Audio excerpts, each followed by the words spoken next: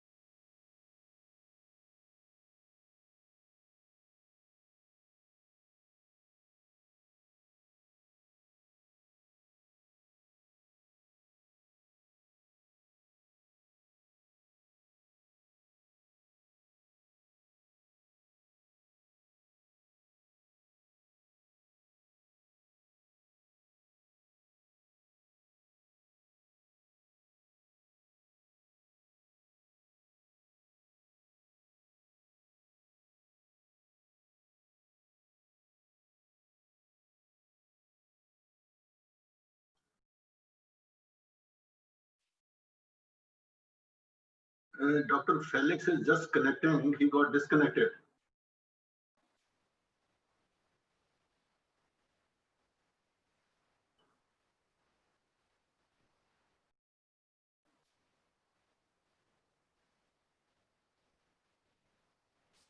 He's online, sir.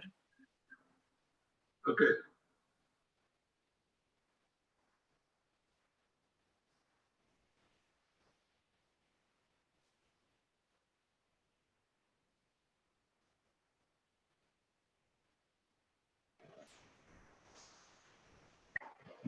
Good afternoon, all of you.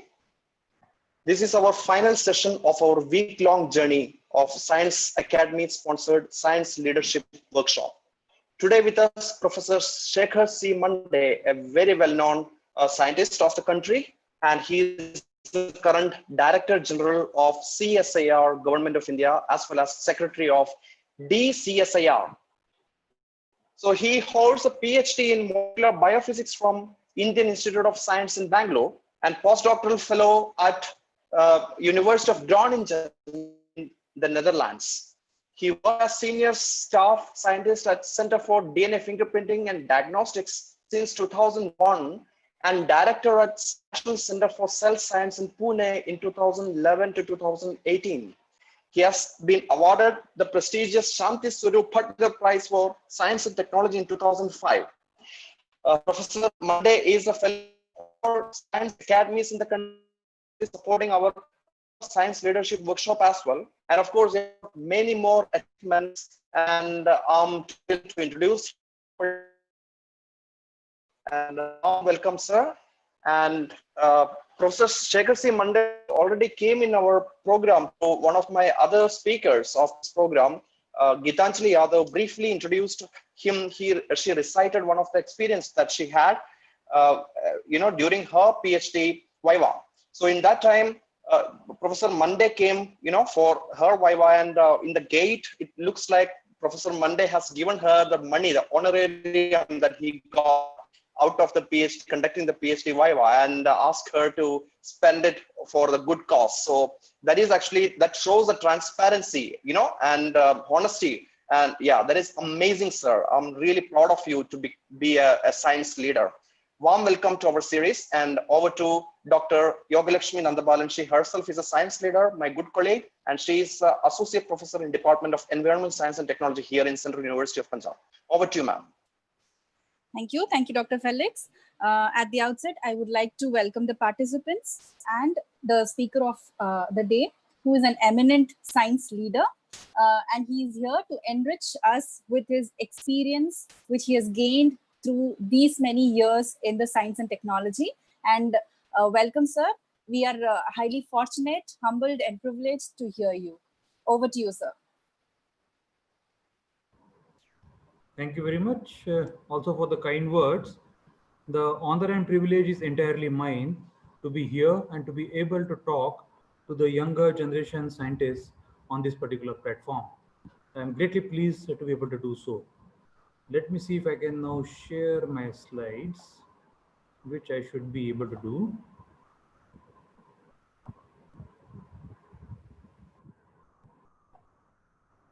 I hope you are able to see my slides.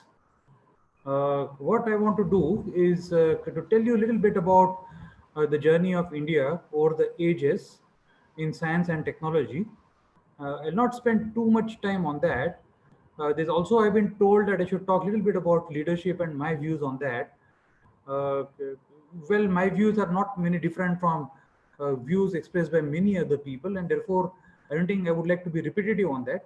A few points that I would like to make about compassion and all that I would do during the course of my lecture. So thank you all once again for joining on this platform. I would like to present my views in the next about 15 minutes or 20 minutes or so on science and technology, how it should be done and all. Now, many of you are aware that India has been the land we have contributed great number of personalities to the world of knowledge, to the world in general.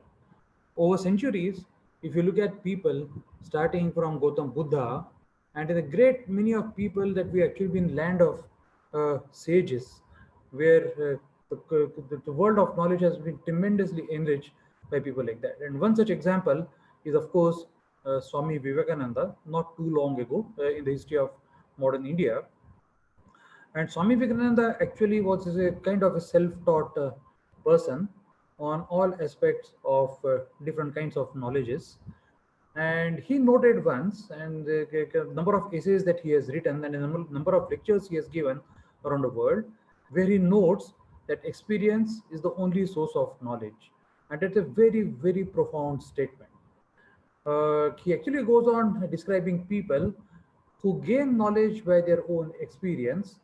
And then he says that these are the people who speak in the same language, the same tone, and teach the same truth all around the world, irrespective of what they may actually call their own philosophy or religion. And that's what he says is the real science of religion. If you view modern science in general, the modern science, that is the way it has been practiced, maybe in last about 300 or 400 years, is we follow a very simple method of science.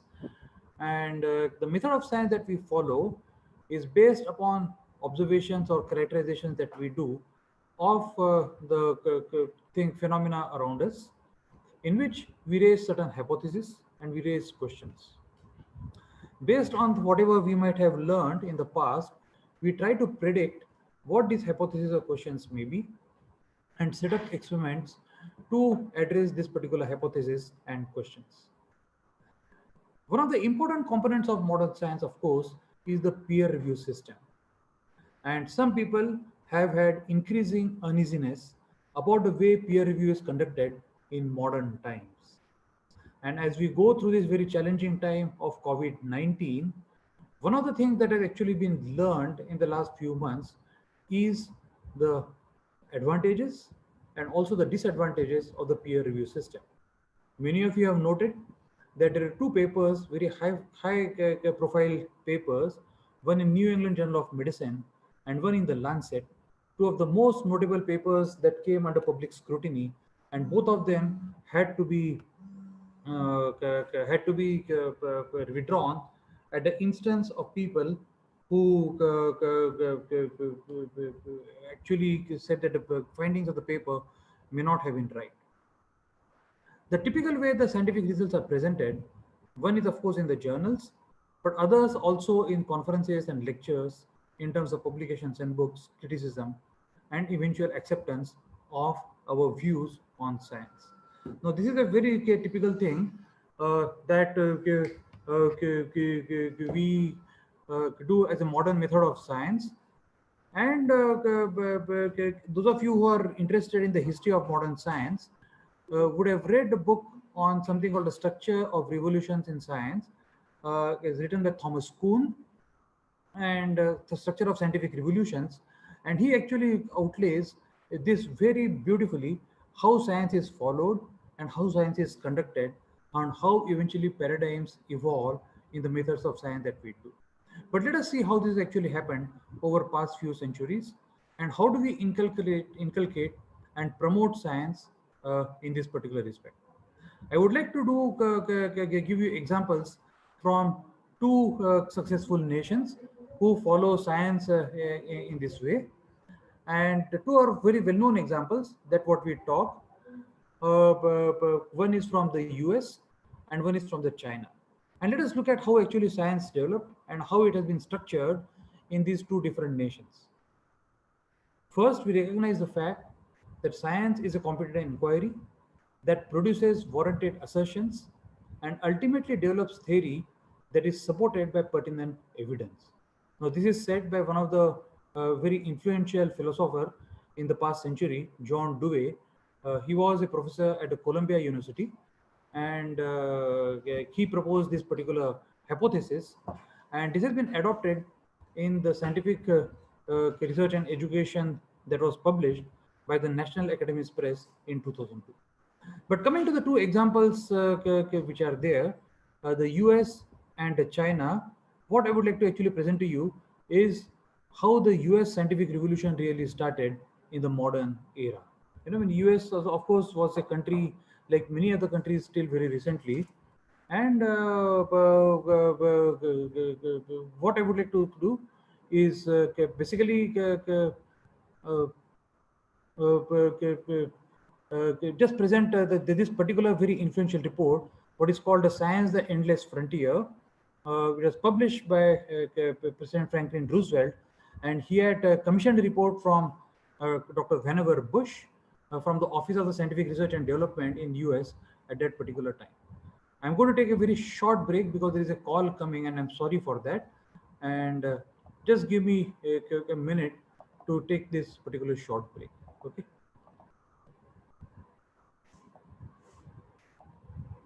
Time.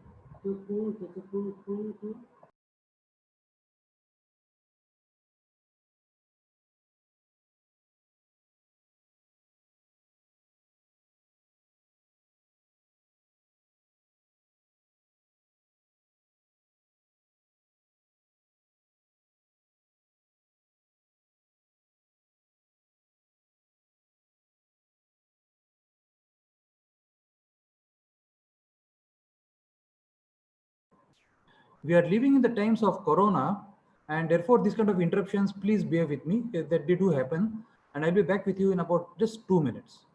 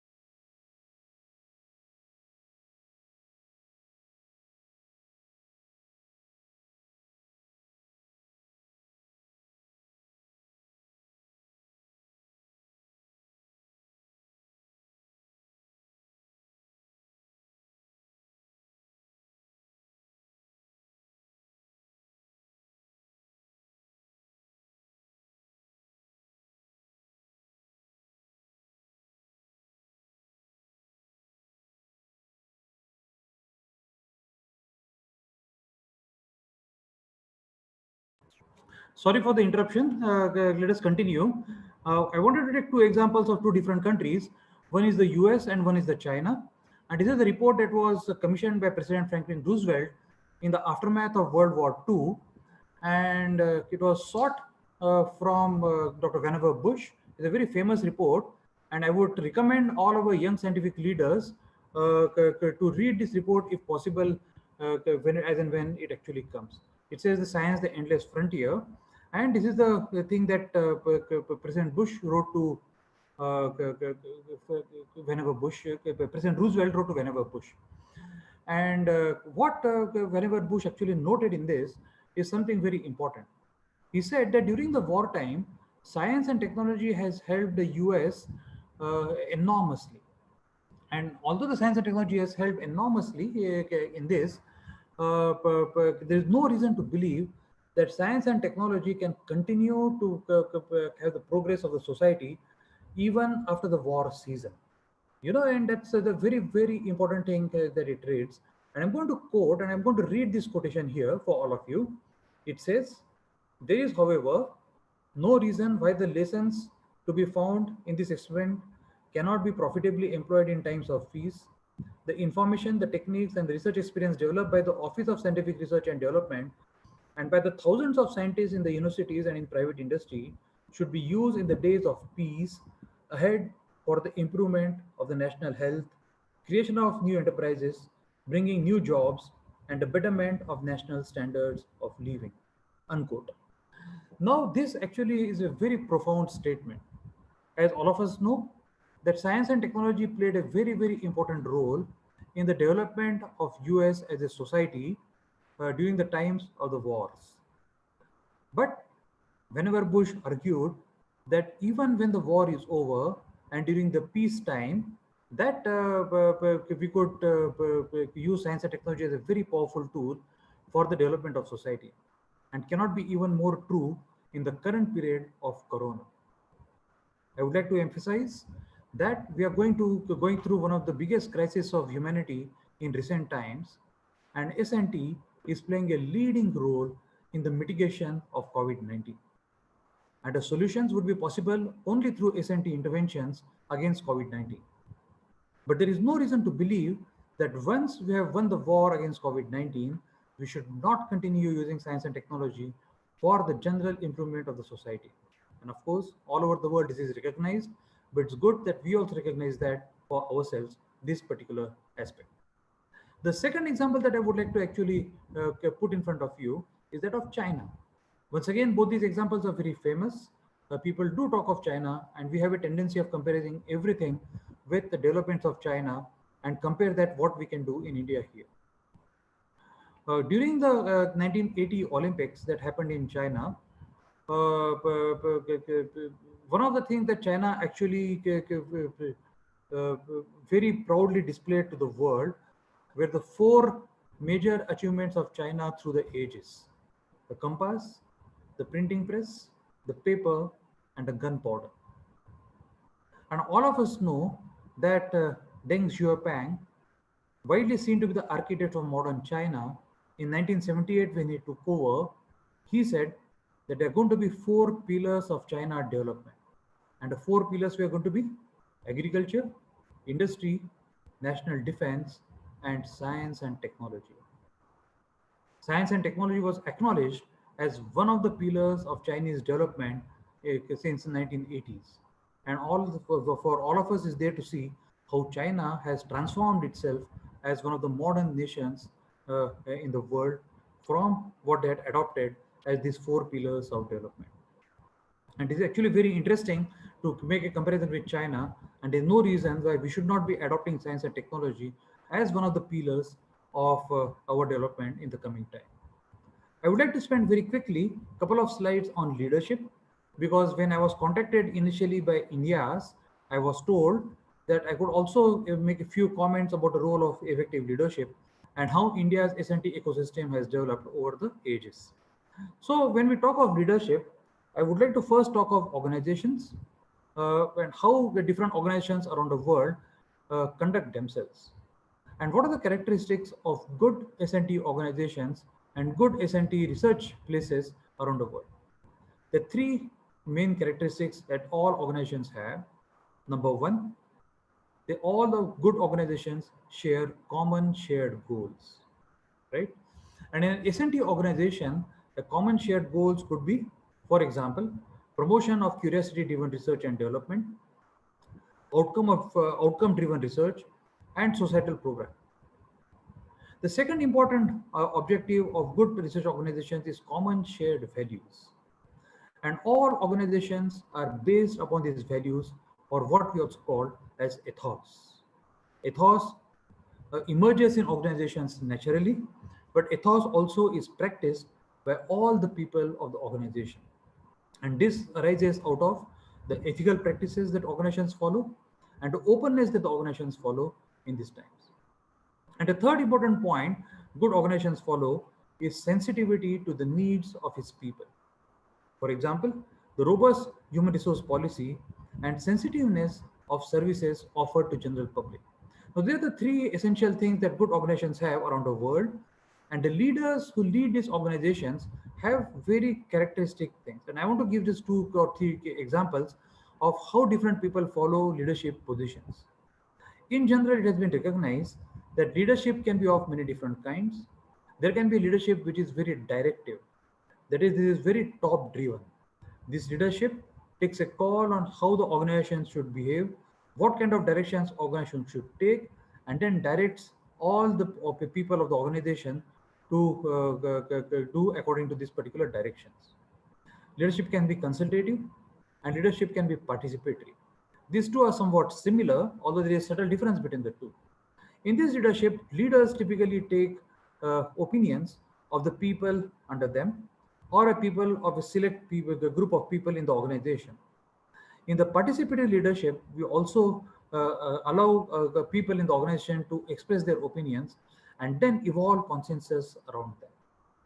In the typical consultative leadership, a few group of people who are consulted for major R&D decisions or major decisions related to the organizations, it is understood that a group of people sit together, including the leader, and then they take a call on what direction the organization should take. One is to remember here, in this style of leadership, many different people express their opinions, even if the opinions are not in confirmation with the leader himself or herself, or the leadership of the organization at that time. The job of a leader is essentially make sure that all the people have freedom to express their opinions. And even if in a small room, or even if during this consultative process, there are many different views which are expressed, there's a consensus which evolves at the end of the day. So there can be differences of opinion while evolving in consensus. But once a consensus has evolved in an organization, that becomes the dictate of that organization. That one must remember. Once you have a consensus on any position that organization takes, that becomes the mantra of that organization. And then people don't have the choice of dissenting again and again, saying that I had said no, I had dissented, I had done this.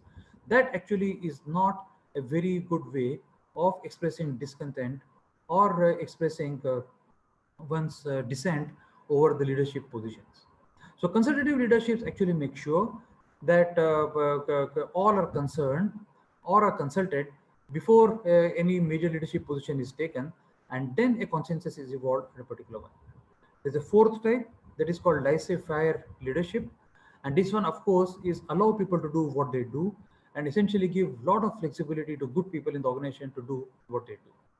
And what, in my personal opinion, is the most effective way is the consultative plus participatory leadership that can be participated, that can be followed in our own way. That's my personal opinion, and just I have expressed that in this particular way. Different people may follow a combination of these, but I can find that consultative plus participatory leadership way is actually the most effective way of doing that. And the necessary skills for such consultative plus participatory one is essentially to place emphasis on a number of things that I have put on this slide, which I don't want to read out, but also it says that taking strong and firm decisions through a mechanism which is consultative and participatory, and then stick to the decision and implement the decision very effectively. There are many things that actually I have written on this slide. I don't want to go through the number of things. We can actually talk of number of different examples of each of the things that actually I have mentioned here. For example, fostering diversity is one such thing. We can actually go on talking of examples, as I said. And fostering diversity is a very, very important point.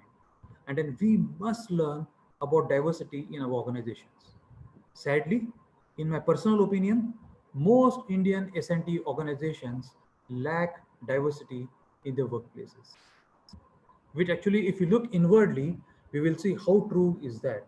Our best organizations that we call, our top rated organization in the country, if you think of, whether it be any of the IITs or whether it be IISc or whether any of the CSIR labs, unfortunately, or any other organization that we see in the country, unfortunately, we have not paid sufficient attention to our diversity.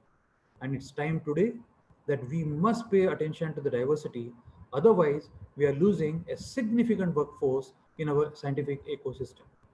Diversity, when we talk of, let us just talk of one particular aspect, is that of gender diversity. We all agree that irrespective of the gender, a person is equally creative. I don't think we can distinguish this gender versus that gender in terms of creativity and the ability to conduct science. And therefore, if we don't follow gender diversity, we are essentially denying opportunity to 50% of the people in an organization. And therefore, the organizations are significantly harmed if this kind of diversity is not followed. And we must find ways of fostering diversity in our organization. And I've given only one example of gender, but there can be also many other examples of following diversity in each of our organizations. I don't want to go through once again, as I said, in each of these points mentioned in this slide, but I just want to highlight one point to the budding leaders of science who are listening to me here today. And one point that actually you must make sure is that our organizations are built up upon contributions made by younger people. And therefore, we must give sufficient flexibility and sufficient freedom to the younger people as much as possible. We must listen to their views. You know, very often this is not done in many of the organizations, once again, very sadly, but we must do that. I remember when I was a young scientist, I was quite often told by some of the then elder people that in our days, when we came to the lab, what we got was only like this. Why are you asking for more in your lab? Now, this I think is a losing argument in today's time. If we actually go back upon our own time and look at the difficulties that we had faced in our own time when we are developing ourselves as scientists or students, we must have that kind of empathy for the younger generation today. When we look back upon our time, the difficulties faced by us must not be faced by the difficulties of the next generation. Only then we will be able to make our S&T ecosystem a better S&T ecosystem of the world. You know, the difficulties that we face in our own career, we must endeavor to remove those difficulties for the incoming generation, and only then we can actually have a better empowerment of the younger people. I want to give a few examples and then I want to stop. What role does the state play in promoting this certain S&T ecosystem? State in the sense, the leadership and the organizations such as CSIR, DST, DBT, or institutes such as IITs, ISC, ISERS, and so on and so forth. What role do they play in generating this? And one of the major roles the state plays in any of these is that of creating the infrastructure. I want to give an example from history in this. This is an example of Kalyanai Dam constructed on the Kaveri River near Trichy. Is an example of how the state has played an important role in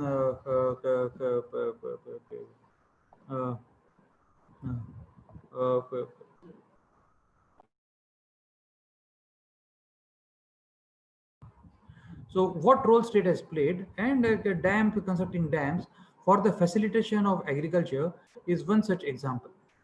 Uh, Another example that I would like to give. Just give me 1 minute. 1 minute. Once again, there is a Corona times, so please give me a minute.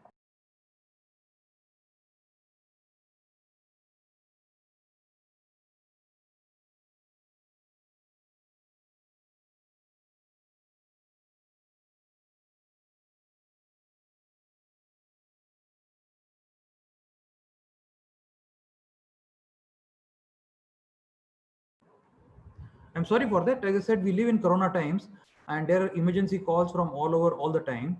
And CSIR, as all of you recognize, is playing a very important role in COVID-19 mitigation in the country.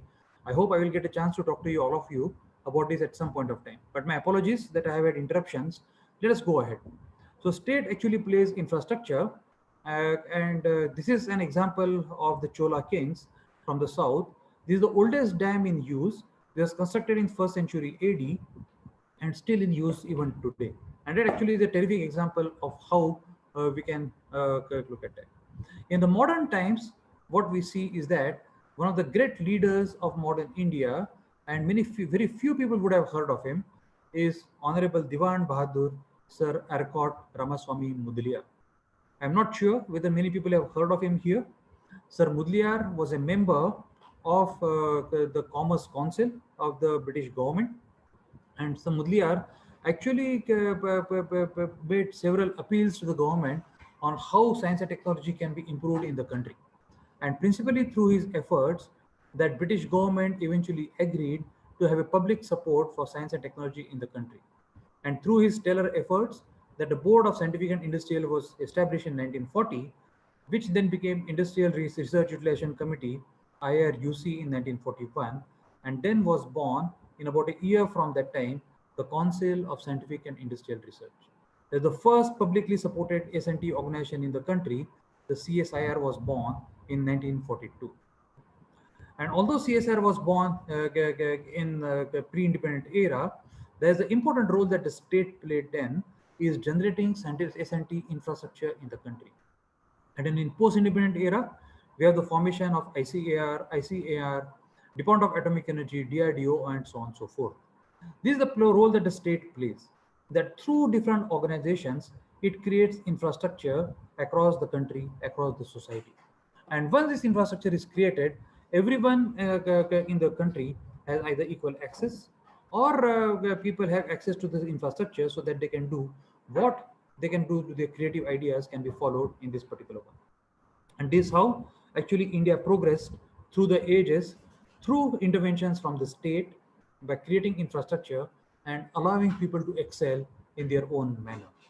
If I were to actually distribute our timelines in terms of a few different periods in the country, I can say that we have passed through a very important period of times in the early 1930s, 50s, the 30s to 50s, or even before that. There was an era of individual excellence where people like Ramanujan, Sir C.V. Raman, and so on and so forth actually came and made their thing available.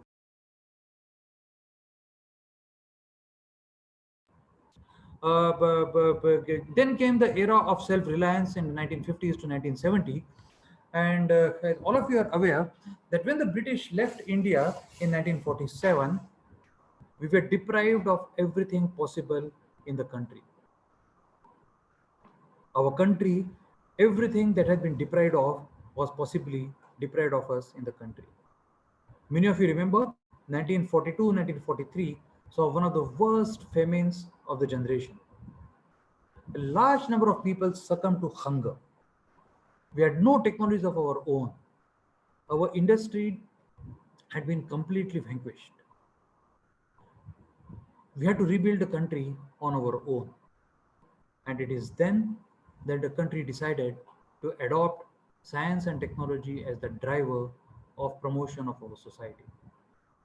Among the many countries that became independent in the same time period, about 60 or 70 countries in the entire Southeast Asia, in South Asia, and in Africa became independent about the same time period, 5 or 10 years plus minus. India is a unique country which adopted science and technology as a part of its constitution. We should be ever thankful to the people who wrote our constitution that we adopted science as the major driver of our development.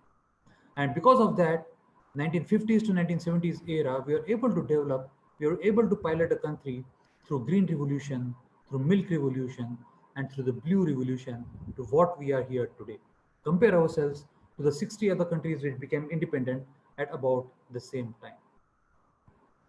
In the 70s to 90s was an era of technology denial, and once again, the scientists and the technologists fraternity of the country stood up and then made fantastic contributions to this. And then came era of IP generation and globalization post 1990. And CSIR has actually played a very important role in each of these. I don't want to go on giving example of CSIR, and I do hope I get another opportunity to talk to all of you one day to tell you about how CSIR has contributed in each of these fundamentally in the growth of the nation. Today, what we are is an ecosystem that has been presented to us through this very fascinating development since 1947. What we have created in the country are a large number of institutes of national importance, IITs, ISC, ISERs and all. We have created some fantastic universities, the central universities, the state universities, the deemed to be universities, the private universities is an emergence of phenomena that we are watching now, and some fantastic private universities are appearing to be just around the corner on the development. There are other private universities which have been around for several years. They're already doing a great job, but a few other private universities which have emerged in the last few years are doing a great job.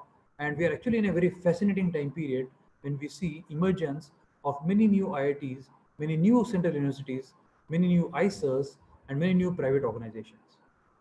On the other hand, we also have national laboratories, a great national laboratories which have contributed to the nation and are continuing to do that. And what we have are also private organizations. This is the overall S&T ecosystem of the country that what we have. We have a number of problems lying ahead of us. Atmanirbharta is one such problem that is lying ahead of us. And it's the duty of all of us to come together now, all the institutes of national importance, all the universities, all national laboratories, and the private organizations. We must join hands, we must join forces to make sure that our society deserves a better place in the world history in future. Thank you all very much. I want to leave you with these 7 guiding principles of Mahatma Gandhi for the work that we want to do for future from the younger leaders who are in the audience, and this should really be our guiding principles. I'm just going to read it for you and I will stop after that. Is wealth without work. They're the 7 sins that Gandhi said we should avoid all these sins. Wealth without work, pleasure without conscience, knowledge without character, commerce without morality, science without humanity, religion without sacrifice, and politics without principle. Each of these is a sin worse than the other. And notice the 5th one, science without humanity. Unless we develop empathy for other human beings, we will not progress as a society. We will not progress as humanity. And therefore, we must inculcate humanity in the science that we practice today. Thank you all very much. Thank you so much, sir. It was actually enlightening. You have touched the different aspects of leadership as well as how a country can grow and the different pillars, what a country to focus on, especially science and technology, which is playing a great role, which is a need of the hour in this COVID crisis, and how a nation can improve with science and technology, and even the post-crisis era, how a nation should focus on science and technology and then grow. That is the key point or the need of the hour. And you, Dr. Yoga? as you, yes, sir. Sorry for interruption. Yeah. Professor Mande, could you please exit the window, the presentation window, so we can see your face? Perfect. Yeah, then to continue, then you added, we have been listening to leadership talks from many different science leaders and young science leaders, but you added a new aspect and a new dimension to leadership, and where you stressed upon the fostering diversity, not to look into the gender diversity. You have to have more diversity where an organization can excel and progress in science and technology. And also you discussed about how to enlighten the young minds. And it is also essential for an organization to succeed. It has to listen to the young minds. That is, again, a very important point and the need of the hour. Thank you so much, sir. I'm sure the participants would also have enjoyed your talk. With this, let's take some questions.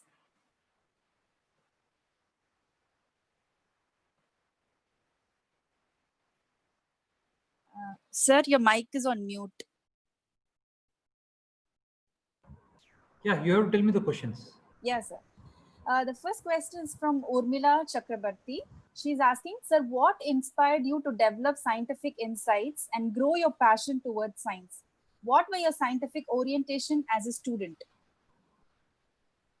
So Urmila, this is a very difficult question that is asked to people like me very often, and I always find that any person like me or my colleagues who answers this is generally a very superficial answer of that region.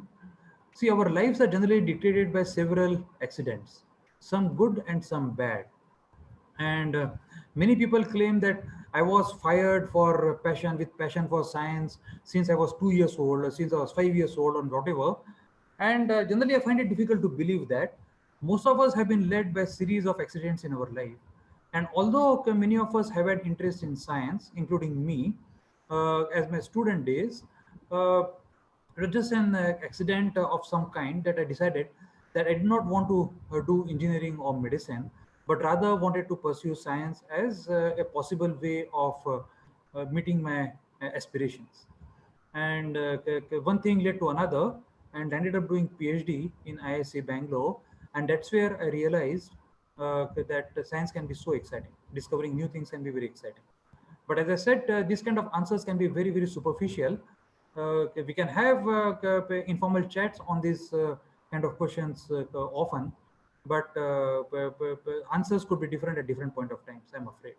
Unlike, let us say, many musicians, some of the top rated musicians that if you actually see, especially those who pursue classical music, whether it be Carnatic classical music or Hindustani classical music, they start their journey from a very, very young age, at the start of age of 3 or 4 or 5. Their parental thing with the parental inspirations, they do that. Scientists is a bit different. Although I come from a family where my father himself is a professor of physics, I wouldn't say that my journey began at the age of 5 into the natural spirit of inquiry or whatever. So as I said, I would not go into further details because it can be a very superficial answer. Thank you, Urmila, for asking that question.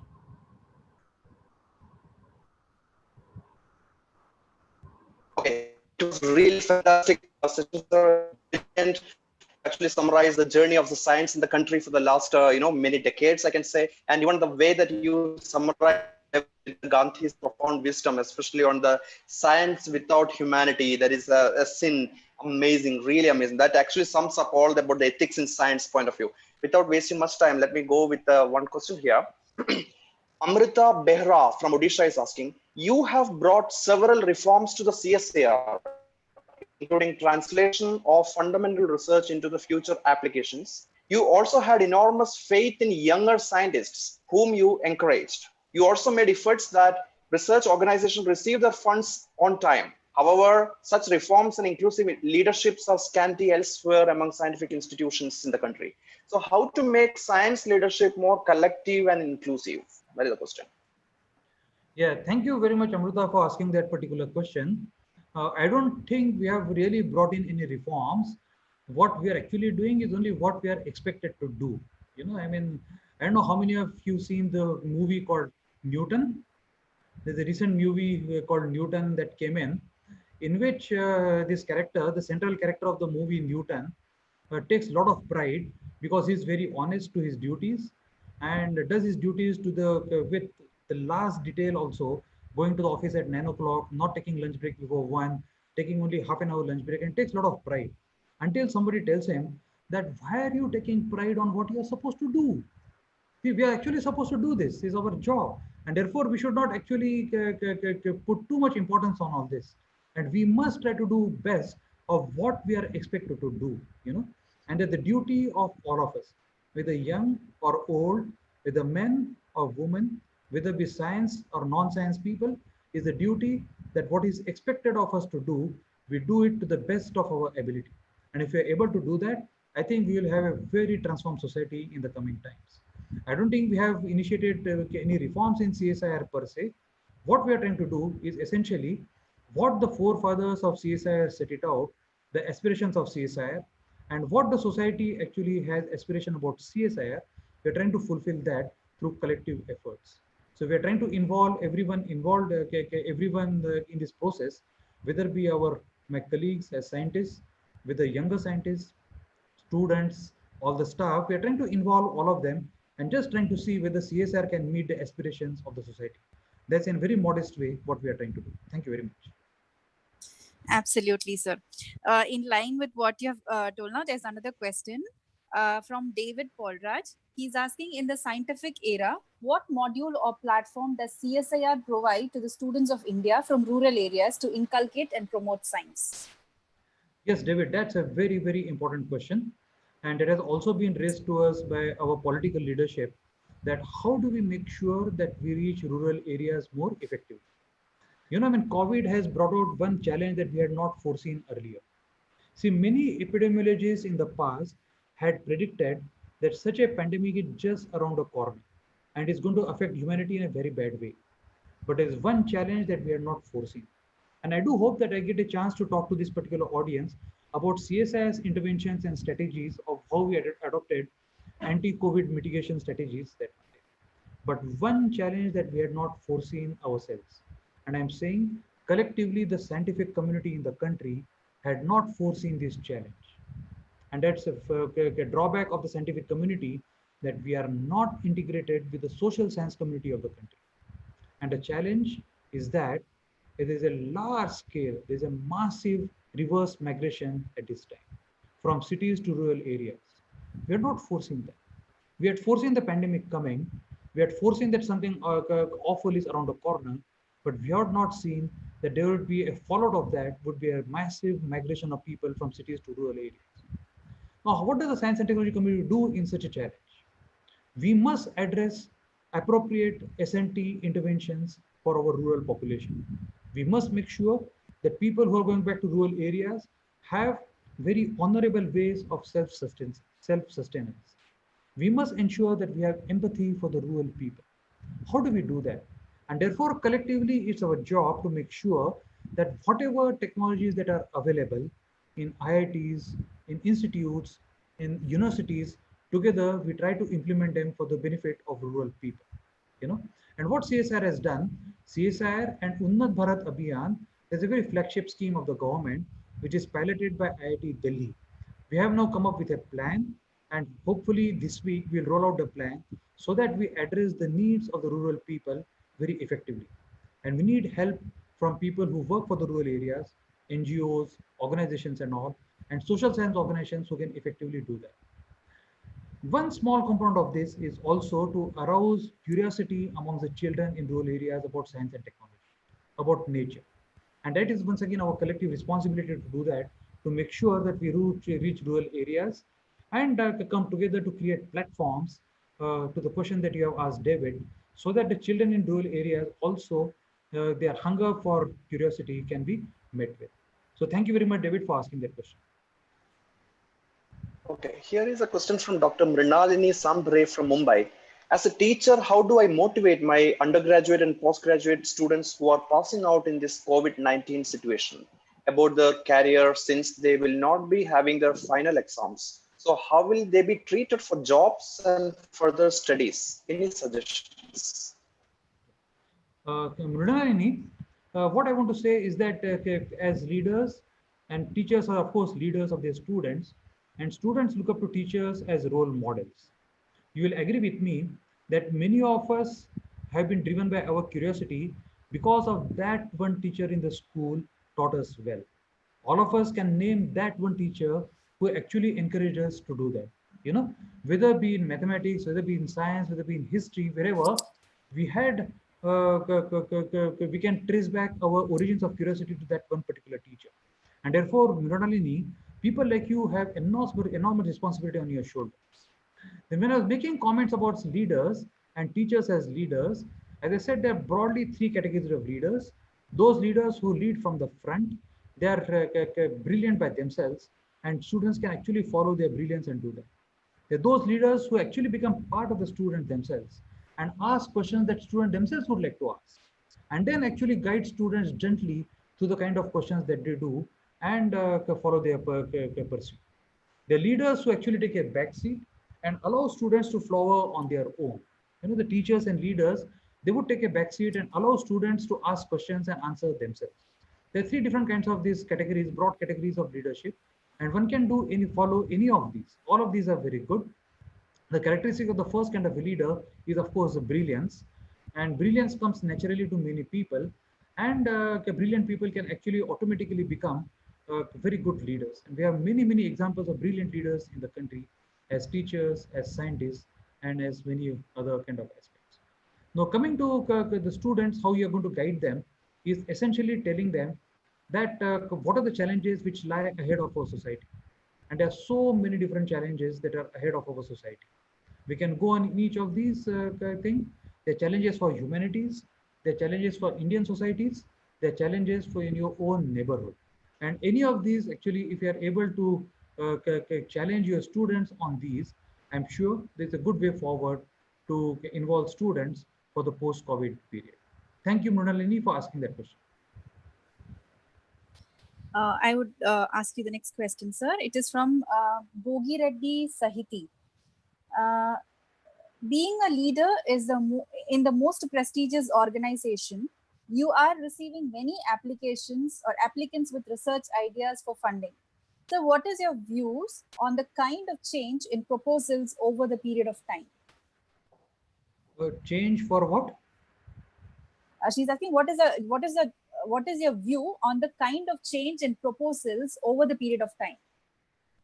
The proposals. Change in the proposals, sir.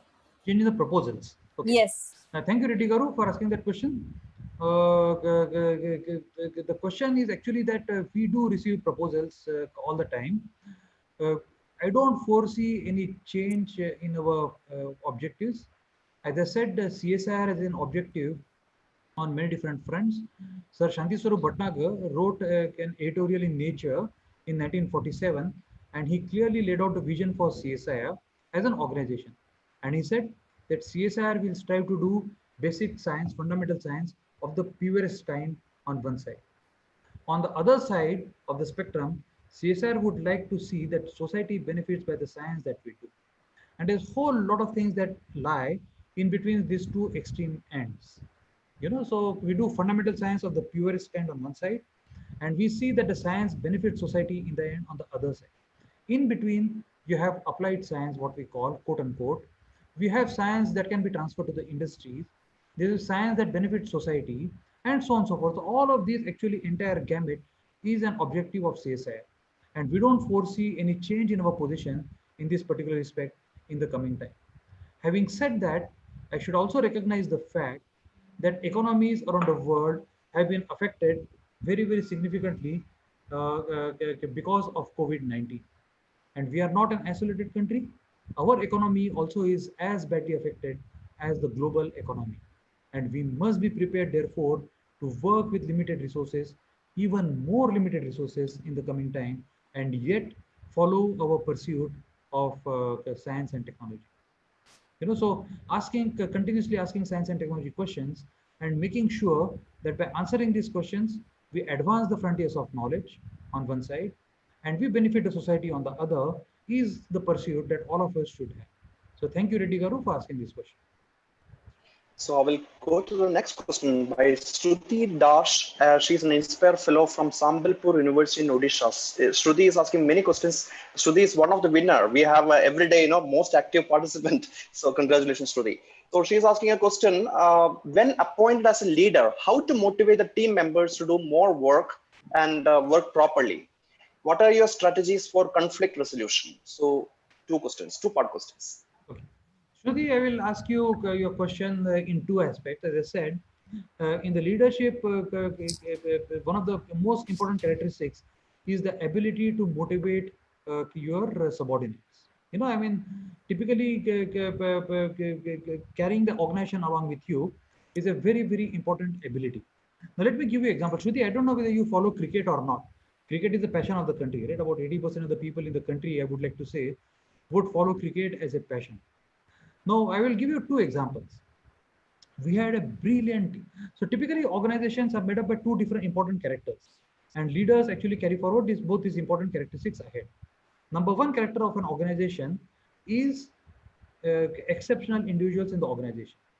individuals make the organizations, and the more motivated and the better quality people in the organization always benefits by it. But having brilliant people in the organization is not alone a sufficient criteria for taking forward organization's goals forward. What one needs is the alignment of the objectives of all these brilliant people together for the goals of the organization.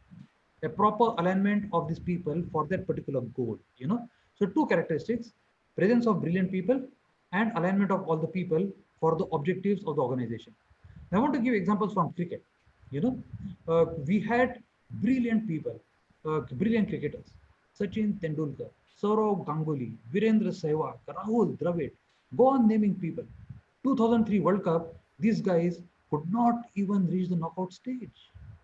They were beaten by Bangladesh, they were beaten by Sri Lanka, and very embarrassingly, they had to come back without going to the knockout stage. Now imagine collection of such brilliant individuals in a team. You would have expected that this collection of individual team would have been world beaters. They could not go to the second stage of the tournament, and very pathetically they had to come back. Now that is clearly is a leadership failure. You know, you have brilliant people in the organization, but they are not aligned with the goals of the leadership. You know, on the other hand, you compare these to 2011. You know, once again, you had brilliant people like Tendulkar and all, but not as brilliant. Virat Kohli was still in the formative years. People like Yuvraj Singh and all were kind of on their way down. But you had a brilliant leader in Mahendra Singh Dhoni, an absolutely brilliant leader. And he garnered all the support around himself. Or if you want to take the example even further, because there are many younger people who would not remember 1983, there are many people who are born post 1983, you had a brilliant leader in Kapil Dev, you know, and these people were actually able to garner support of all the individuals around them. The individuals were brilliant, some individuals were very ordinary, but yet because they were aligned with the goals of an organization, they could do brilliant things on their own. And that's true for even S&T organization. You know, in an S&T organization, if the leader is able to garner support of all the subordinates and align goals of all the people in the organization, be it scientists, be it technicians, be it students, be it project fellows, be it administrative staff, be it contractual staff, all of it, if they're all aligned with the same goal, that science and technology is for the benefit of the society. Science and technology is for the benefit of advancing our knowledge frontier. If that goal is clear to all, I'm sure, Shruti, you will also succeed in being a good leader in future. Absolutely, sir. In line with the similar question, there's a question from Rishabh. He is asking, what are the traits that must be present in a science leader to tackle the criticism and demotivation that one faces during his journey? Yeah, I think tackling criticism is one of the most important traits of a leader. See, no organization is perfect. Let me tell you, CSR also, we have several shortcomings, you know, and we do accept our shortcomings. Not everything that we do is a success. There are failures, and there's always something to learn from the failures. So one important characteristic that you would like to develop is learning from the failures continuously. No matter what stage you reach, you must continuously learn from your failures of the past, you know, and make sure that you don't fail again. This is what is called as experience, you know. Failures are essentially what we call as an experience in our terms. So as you grow old, you become more and more experienced because you have actually faced more and more failures in your career. But from every failure, we have learned something new. But it's also important to remain motivated despite the failures that what you have. You know, I mean, you may have great number of failures at what you have, but to remain motivated is an important characteristic.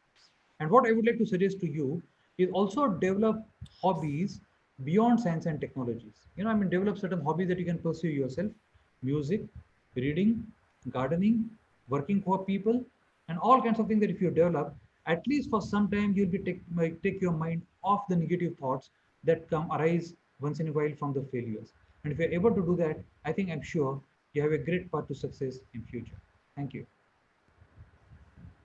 Okay, I will take the next question. This is by Abhinav Prakash from Bihar. What is your take on privatization of research institutions and universities and the transformation towards self-financing mode of operation? Prakash, very good question. The self-financing and all. I mean, there is a growing concern around the world that a lot of public money has gone into investments of science and technology. Now, I'm not talking of India alone. There are many countries which actually there is growing feeling that a lot of money is going into science and technology. Although people do recognize that it has brought enormous benefits to us over the years, whether all the money that is being put in science and technology, whether is being put to correct use or not, that's the question that people have asked. More than science and technology, this criticism has been there for even other disciplines, even worse. I mean, things like social sciences, things like arts, which are actually very important fields, very important endeavors of human beings, and yet they receive public support. People have questioned that, unfortunately. These questions are unfounded, in my own opinion. We must continue funding all kinds of human endeavors, including arts and creative arts and so on and so forth. But yet these are actually done. But as far as self-financing is concerned, therefore, this has led to the concept of self-financing in many places. And the self-financing essentially arises by the fact that public money goes in supporting science in particular organizations such as CSIR, DRDO, and so on and so forth, organizations which clearly have one of the mandates as translational science. And if the translation science is done successfully, and if these organizations are capable of translating this science for industrial use, then industry should be able to support that aspect of translational science in organizations like IITs, universities, and CSIR laboratories. And that's actually a very valid point of view. And I don't think we can fault that particular valid point of view. And therefore, we must actually have a combination of both. The public funding must be there for all kinds of human endeavors, including creative endeavors, which don't appear to bring immediate benefit to humanity. That must be there. On the other hand, we must also have a very close participation of industry in all our endeavors so that industry can support these endeavors in universities, IITs, and CSIR labs so that we can continuously feed that into industry and we can become to some extent self-sufficient in our endeavor. Thank you, Prakash. I'll present the next question. It's from Chitranjan Sharma. He is asking, like, CSIR has developed several technologies also for common people. How corporate sector should collaborate to make these technology available to all of us? Yeah, Chitranjan, very good question. CSIR actually has made very many different technologies for common people, and we are very proud of that. I mean, the kind of thing. Let me give you one example. If we go to many of our temples, you will find that we offer flowers to the deity there in the temple, right? The flowers, after offering as a deity, eventually find their way into either running water bodies or somewhere. When we eventually offer these flowers into running water bodies such as rivers and nalas, and that actually has an adverse impact on environment. Now, is there a way of using these flowers more effectively? And what we did, something which is not very deep science, something which is not very deep technology, but yet something which is very useful. What we did actually, we got together and started using these flowers for making agarbattis. There's another way of actually using these particular flowers. And then we contacted many self-help groups across the country. For example, in Shirdi Sai Baba temple, in Mata Vishnu Devi temple, and in many other temples across the country, we got hold of self-help women group. They came together, and groups of about 500 to 2,000 groups together actually started now using waste flowers for making agarbattis on their own. Now this is something, like I said, is not very deep science, it's not very deep technology, but yet it's a very useful thing for the society. Number one, it reduces environmental impact. Number two, it provides employment opportunities to many women in rural areas.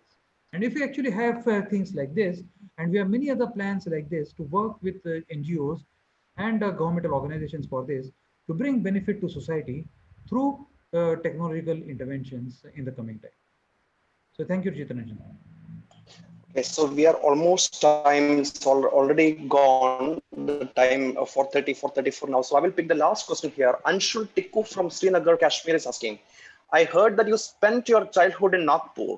What are your parental influence or which book influenced you to choose a career in science, or who were your mentors and role models? So it is something similar to the first question.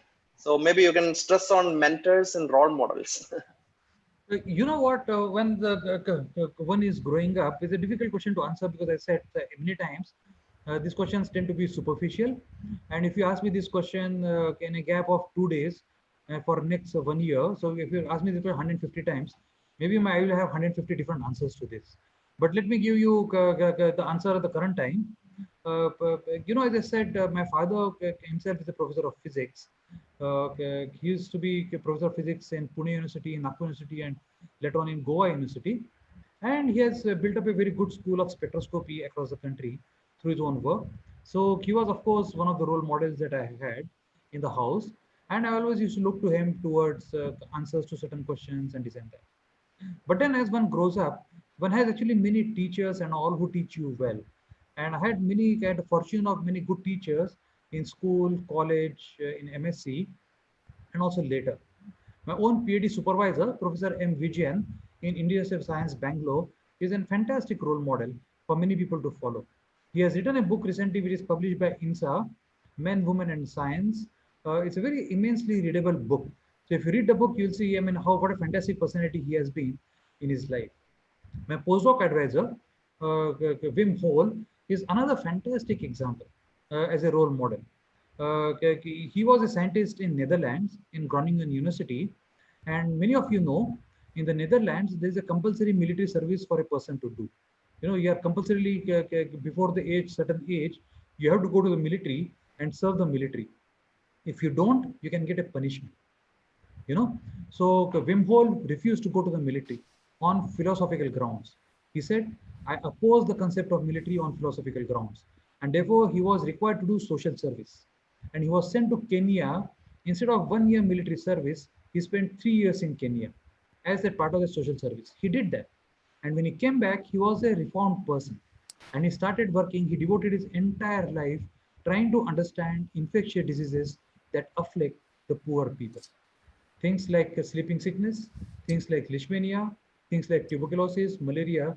He spent his entire lifetime trying to understand these diseases and trying to find cure to this. So he was another role model for me. So there are many different role models that we have in our lives. But as I said, my answer could be different if you ask me 2 days from now. Thank you.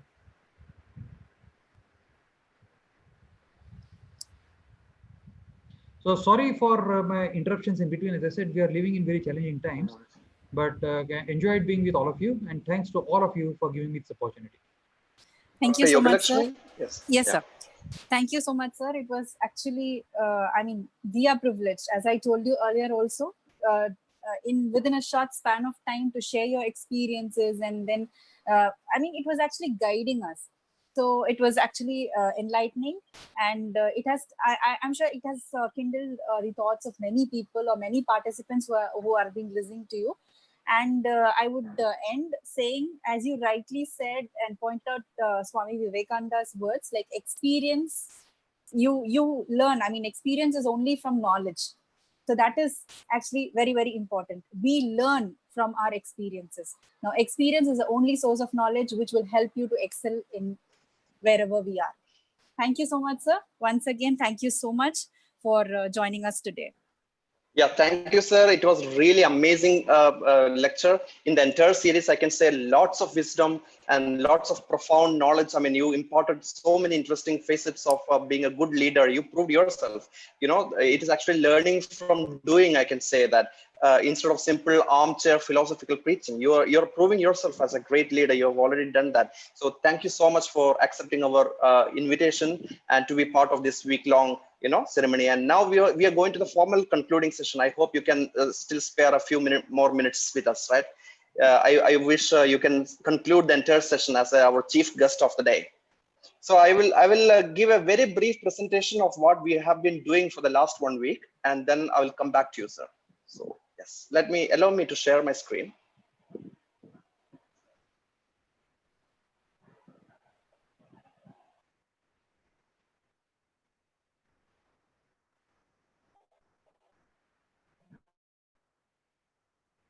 Dr. Yoga, is it visible? Last time I had some issue with the screen sharing. Absolutely, sir. It's fine. Yeah, it's visible. Fine. Yeah. So we have a Science Academy Science Leadership Workshop organization. These are, the Indian Academy of Science and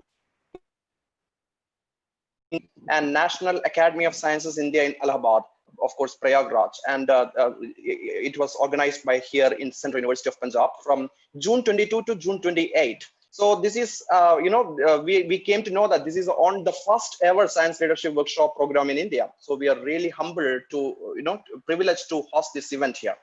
And this is the first online lecture workshop by the Indian Academy of Sciences. So Indian Academy of Sciences have got science educational program, SEP. So they regularly conduct the lecture workshop, but this is the first time because the COVID-19 has forced us to go off, online mode. Earlier also we conducted 2 refresher program and 1 lecture workshop.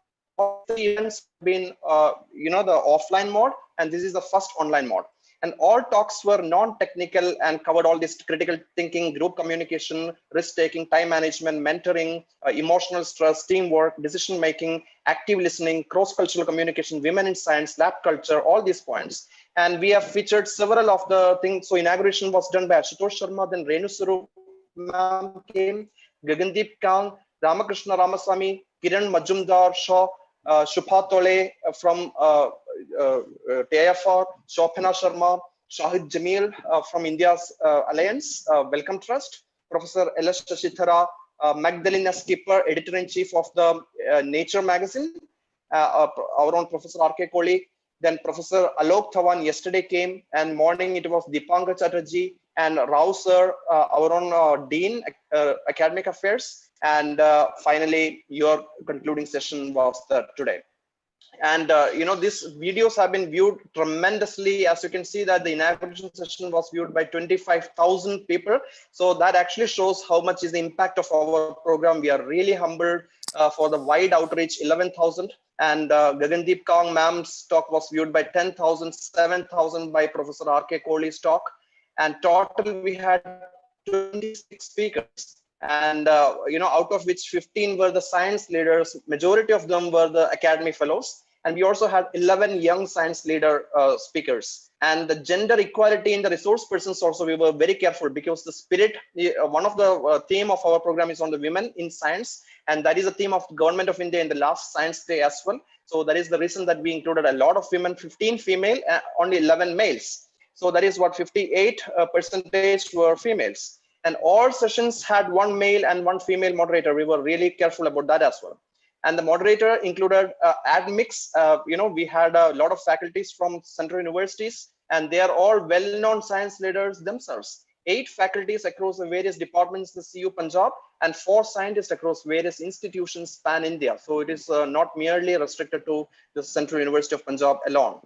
So we also had several student volunteers. I'm really thankful to all these volunteers. Rashmida Luha is behind the website, while Deepak Das, he himself developed an app, Google Android app for this workshop, and he's also behind the Telegram, and Sarbani Roy behind the Facebook groups, Soumya Sri Boy, Twitter and Facebook, Adesh Chaudhary, Bineet Kumar Sahu for the reports, Gaurav Agarwal and Naina, Deepak James. Immensely, profusely, I say thank you to the volunteers. They did a fantastic job. Without them, I cannot really do any of this work. Coming to the statistics of the participants, this is the final figure. We had 20,000. Sorry. This one. Yes, 20,205 participants. There is a total number of participants, out of which, as you can see here, a large majority of the participants were from Maharashtra. Maharashtra and Tamil Nadu and Uttar Pradesh. These are the main 3 states which were represented in this one. And country of residence coming 98.8% were Indians, while the rest were a lot of NRIs were there, and expats were there from different countries. And even foreign participants were there also for this program. And highest education qualification, the question, of which 39.8 answered it as masters, while 32.4 answered it as PhD. So I suppose majority of them are early career faculties or scientists. And we also used different social media for reaching out to many people in this one. And we also made a professional networking among the participants to leverage the full power of the social media. So to interact with other participants and the speakers, many of the speakers are part of this Facebook group for the professional networking. So this is our site, I mean the Facebook page, where the people can talk about the issues relevant to the science leadership among themselves as well as with the speakers. And many comments I just want to show you. I'm getting hundreds of emails every day. Just that best part of this talk is that speakers share their life journey with us, which rarely anyone can do. We can get subject knowledge from anywhere, for example, Google, but these inspirational stories live are very rarer to listen. Thank you, Minal Bhatra, for this comment. I mean, there are a lot of comments over there. And two extensions of this program is that we are starting, there is something called virtual mentorship for the students. Student participants, I mean, there are a lot of participants who are really students. So for by the early career scientist participants. So among the participants, there are many are early career scientists. So we are actually matching the students with the mentor, depends upon their choice. And we are also making a database of the young science leaders who are less than 50 years for the conducting the interviews in the same format as follow-up to this workshop. Also, they will be involved with the student virtual mentorship. So these of this program, and for the participants for certification, formal certification in this program we have already communicated to you. But for informal participation certificate, the participants have to clear one exit exam, which is really simple depending on the topics that we have already covered. And the link will be shared in the Google groups, Facebook group, and workshop website. So exam is going to be tomorrow from 9 a.m. to 5 p.m. Indian Standard Time. That is 3:30 a.m. to 11 a.m. UTC time. And certificates will be disbursed after the exam. So that is what I would like to say. Coming to the budget, this is a zero budget program. Nothing, travel expense, boarding, everything, all completely zero. And this is the beauty of going online. I'm really happy for this tremendous transformation. It's not merely restricted to our university, but everywhere people are going online. And it's not simply economic benefit, but also tremendous ecological benefit as well, because carbon footprint is also very, very less on an environmental point of view. So we are really thankful for that. So yes, coming to this is the end of our entire program. So the 7-week journey, 7 days or the 1 week long journey coming to an end. So I just want to relay only 3 messages. My own takeaway will be that we have to learn from the failure, friends. So to be like that leader, so to be like a penguin, this is what our catch or the theme of this entire talk is about. So finally, our own last speaker of the day, Professor Mande, also said about, he emphasized on learning from the failure, that feedback is extremely important. That is one key takeaway from the entire science leadership workshop. In addition, inclusivity is extremely important. We have to be inclusive, post-cultural communication. And third point is that collective leadership, instead of simple, hierarchical or from top to bottom, it has to be collective. The leadership has to be collective. So with these words, I request our chief guest of this function, Professor Shekhar C Mande. Sir, could you please say a few words as a valediction, the concluding words? You're also a fellow of all 3 academies, our sponsors. So on their behalf also, please say a few words. Over to you, sir. Thank you, Felix. Once again, my pleasure to be able to be present in this particular occasion. And my congratulations to all the organizers, the young faculty members, students, and everyone who participated in organization of this particular week-long lecture workshop. Felicitation also to Professor Kohli. Professor Kohli is a very passionate leader, and he's also joined today. So thanks also to him for allowing everyone the space to organize this one. And it's actually a remarkable job that you have done, Felix, in getting so many good people to talk in these 7 days without spending any money on this, and purely through inspirations of the students and the younger faculty members. Also a lot credit, as I said, goes to Professor Kohli in allowing that freedom to all of you to operate in that particular sense.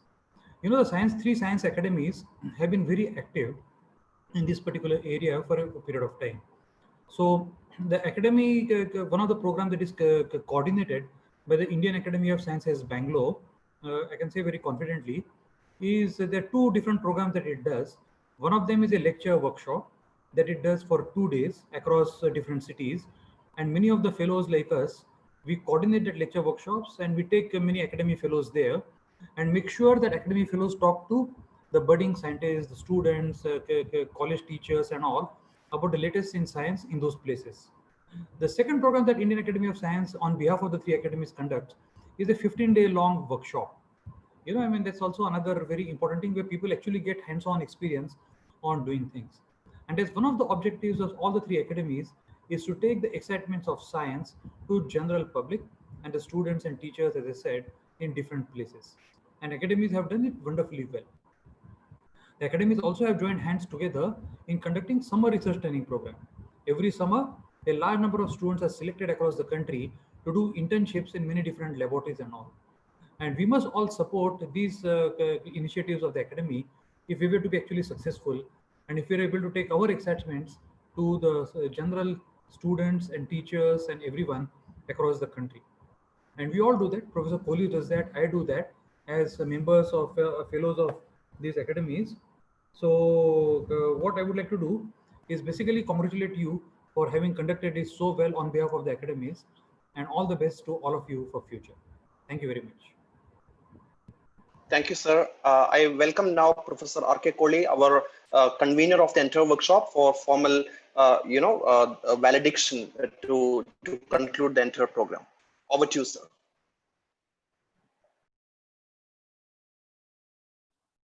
Sir, please unmute you. Thank you, Dr. Felix, and thanks, Dr. Mande, for joining this workshop today and giving a very, very, very good lecture, a very inspiring lecture. I listened to the whole of it and the questions followed by it. Happy that to find that the initiative of all the 3 academies, with the efforts and coordination of an energetic Felix, has proved to be a very successful event.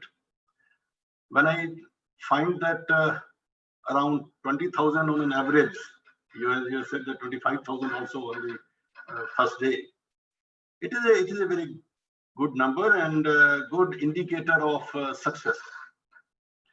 And the number of emails I am getting and I am to respond to is also a tremendous energy I need. But I am happy that this is an indicative of success, that how successfully it has been taken by the participants.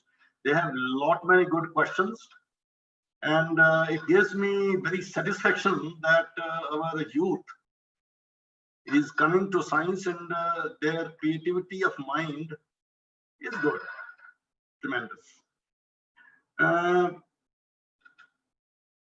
Before I stop saying anything, I would suggest the 3 academies, when you write a report of this workshop, I would suggest that we should recommend to the academy a few things as a way forward. What next after the success of this event? What next? So we should always keep thinking, and some of the suggestions include that we must look into we must analyze the impact of this workshop, impact analysis, and then likewise the impact analysis of the summer science training, with students that come to our labs and we guide them, they do good job. What next they are doing, we must follow it. Then it will be an element of success. We know that where we are at fault. Third, that I would suggest that we should have, through the academies, 3 academies, we should have some series of topics like this. Should be, this was majorly on leadership in science. This is a good topic, wide topic. Likewise, we must have some such discussions, topics like ethics in science. INSA Dr. Singhvi, Ashok Singhvi, has come up with a book on ethics and science. So this is an important issue. I believe that in one of these, in the series, one of the topics should be ethics and science. And then another should be how to write research papers and how to choose journals. The young scientists, there are many questions which have come to me and I am responding to them. And from those responses or those questions, I am trying to draw some conclusions that how we should train the young minds to write research papers, and at the same time, how to select the journal. Then another is, there are questions that people want to do research, they do not know which field to go in, how to choose the guide, these issues, and it becomes our duty to guide them so that the good brains, good, energetic and hardworking students, they go on the right path at the right time.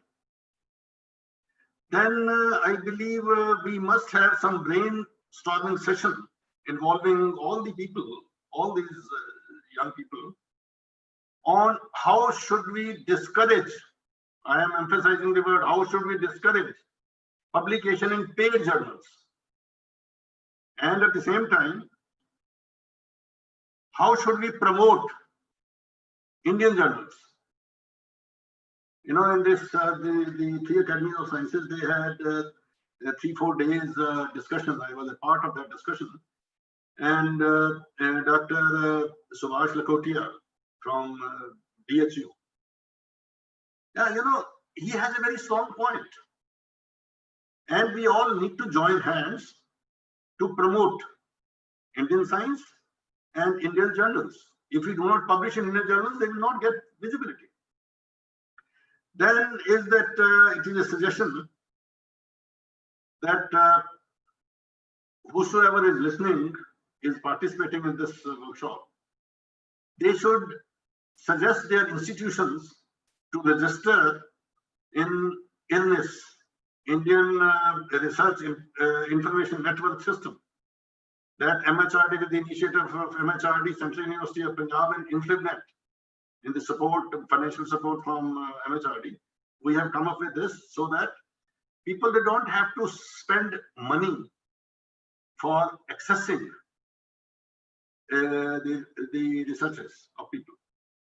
And the last but not the least, I would suggest you, Mr. Dr. Felix, to seek suggestions from the participants on what more topics should be taken up by these academies, so that the fruits of this become more sweeter.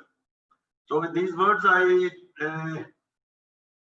express on behalf of the University, Central University of Punjab, and on behalf of your whole team you are coordinating. Thanks to all the three academies for sponsoring this event, and thanks again, double thanks, triple thanks to Dr. Felix for organizing it. Thanks to Dr. Mande and all those participants, or all those speakers who had spent their time and to make this workshop a success. Thank you so much. God bless you all. Thank you. Thank you, sir. And you have said about the impact analysis. Definitely, we'll definitely do that, and we will follow up maybe after 1 year to see that how they are actually there. Did this has an impact on their life, on their career, everything. And also the book which you just referred about, Ethics in Science by Professor Singhvi. We have already circulated that book to everybody. All the participants already have the copy of that book by the email, because there is one chapter on women in science by Shobhana. She is also our speaker in our series. So she suggested that this book has been circulated. We did that. And of course, writing paper and selecting journal and brainstorming session and panel discussion especially with Professor Lakhotia, we will definitely see that. We'll definitely plan, and I will contact the participants for more ideas, and I will communicate I will give that to you, and as a convener, please communicate those to all the 4 academies. Thank you so much. And I just have only one request to all the participants and the panelists. Please spare 53 seconds with me for our national anthem. Please raise.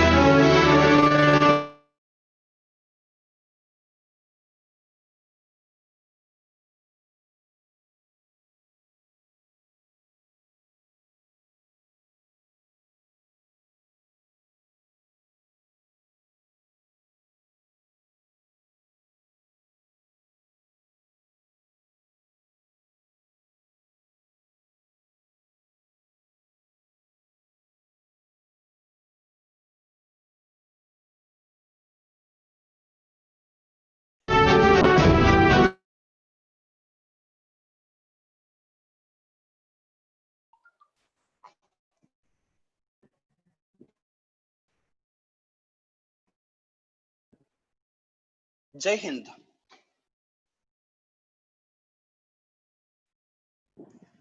Jai Hind. Or